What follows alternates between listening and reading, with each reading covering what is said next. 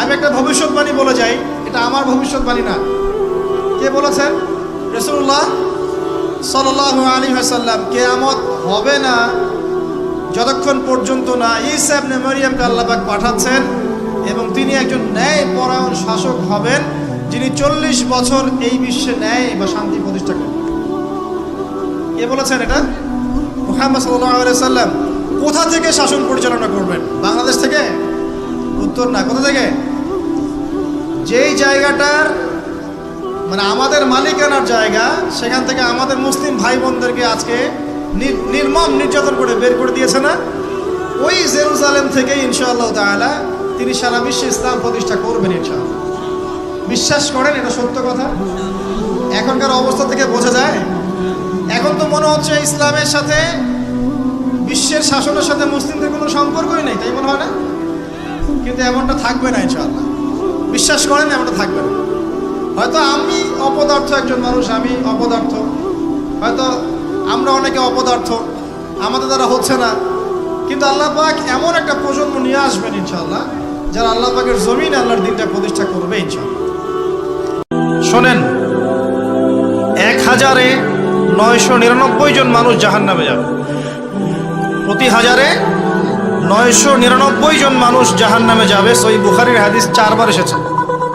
এখানে ইকুয়েশনটা এমন না যে ম্যাথামেটিক্যালি ক্যালকুলেট করতে হবে, এমন নয়। এটা দিয়ে আধিক্য বোঝানো হচ্ছে। বেশিরভাগই জাহান্নামে যাবে। এই কথা আল্লাহ পাক কিন্তু সূরা আরাফের মধ্যেও বলেছেন ১৭৯ নম্বর আয়াতে, ওয়ালাকাদ যারানা লিজাহান্নামা কাসীরাম মিনাল জিন্নি ওয়াল ইনস। একই বিষয়, কোরআন হাদিস পরস্পর মিলে যায়। এখানে একটা বিষয় বুঝতে হবে, আল্লাহ পাক বলেছেন সূরা নিসার মধ্যে, ইন্নাল্লাহা লা ইয়াগফিরু আন ইউশরাকা বিহি ওয়া ইয়াগফিরু মা দুনা যালিকা লিমান ইয়াশা। আল্লাহ পাক তার সাথে শিরকের গুনাহ মাফ করবেন না, এছাড়া যে কোনো গুনাহ আল্লাহ পাক যাকে ইচ্ছা মাফ করতে পারেন। তার মানে যে বেশিরভাগ মানুষ জাহান্নামে যাচ্ছে, তাদের আমলনামায় কোন পাপ থাকতে পারে? কথা বোঝা যাচ্ছে কি? নিঃসন্দেহে তাদের আমলনামায় শিরকের পাপ থাকবে। এটা বুঝতে আপনাকে পিএইচডি করার দরকার নাই। আল্লাহ পাক শিরক ব্যতীত যে কোনো পাপ যাকে ইচ্ছা মাফ করতে পারে। একটা মজার কথা বলে আমি আস্তে আস্তে শেষের দিকে যাবো, আলোচনা কিন্তু আর লম্বা হবে না, রমাদান দিয়ে শেষ করবো। শোনেন, এক ব্যক্তি খুব বেশি কাঁদে, তো ওই ব্যক্তির সামনে গিয়ে একজন একটা কৌতুক বলছে, কৌতুকটা বলছে, সে ব্যক্তি বলছে, আমি এই কৌতুক বহুদিন শুনছি, এই কৌতুক শুনে আমি অনেকদিন হাসছি, একই কৌতুক কতবার আমাকে শোনাও। তখন সেই ব্যক্তি বলছে, দ্বিতীয় ব্যক্তি, যে একটা কৌতুক শুনে যদি তুমি বারবার হাসতে না পারো, তাহলে একই দুঃখের কথা মনে করে বারবার কাঁদো কেন? কথা বুঝতে পারছেন না? ঘটনা তো গন কে শেষ, ওটা আমার জীবন থেকে ওভার। ওর সাথে আপনার অতীতের সাথে আপনার এখনকার কি সম্পর্ক? এখনকার আপনি নতুন মানুষ এবং সেটা গন কেস, শেষ। অতএব মাদক আপনাকে সুখ দিবে না। সেজদা, অজু করে সেজদা মানে নামাজ, এবং 2 সবচেয়ে আমার সবচেয়ে ফেভারিট জিনিস, সেটা হলো আল কোরআন তেলাওয়াত। আল কোরআন অর্থ বোঝেন চাই নাই বোঝেন, আপনি তেলাওয়াত করতে থাকেন, মনের সব কষ্ট চলে যাবে ইনশাআল্লাহ। এমন একটা শান্তি ফিল করবেন, এই শান্তির কথা যদি ওই যে পশ্চিমারা জানতো না, তাহলে এখানেই বোম মারা শুরু করতে থাকে। কথা বুঝতে পারছেন? আল্লাহ আমাদেরকে বোঝার তৌফিক দান করুন।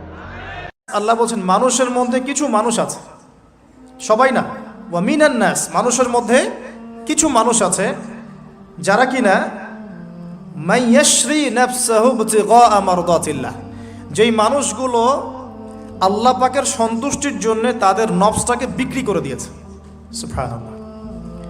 4টাখানি কথা না, কিন্তু মানুষের মধ্যে আল্লাহ কিন্তু সূরা বাকারায় বলেছেন শুরুর দিকে, মানুষের মধ্যে কিছু মানুষ আছে যারা মুমিন, কিছু মানুষ আছে যারা কাফের, কিছু মানুষ আছে যারা মুনাফিক, শুরুর দিকে পাবেন। এখানে আল্লাহ পাক বলছেন, মানুষের মধ্যে কিছু মানুষ আছে যারা তাদের নফসটাকে আল্লাহর সন্তুষ্টির জন্য বিক্রি করে দিয়েছে। সুবহানাল্লাহ।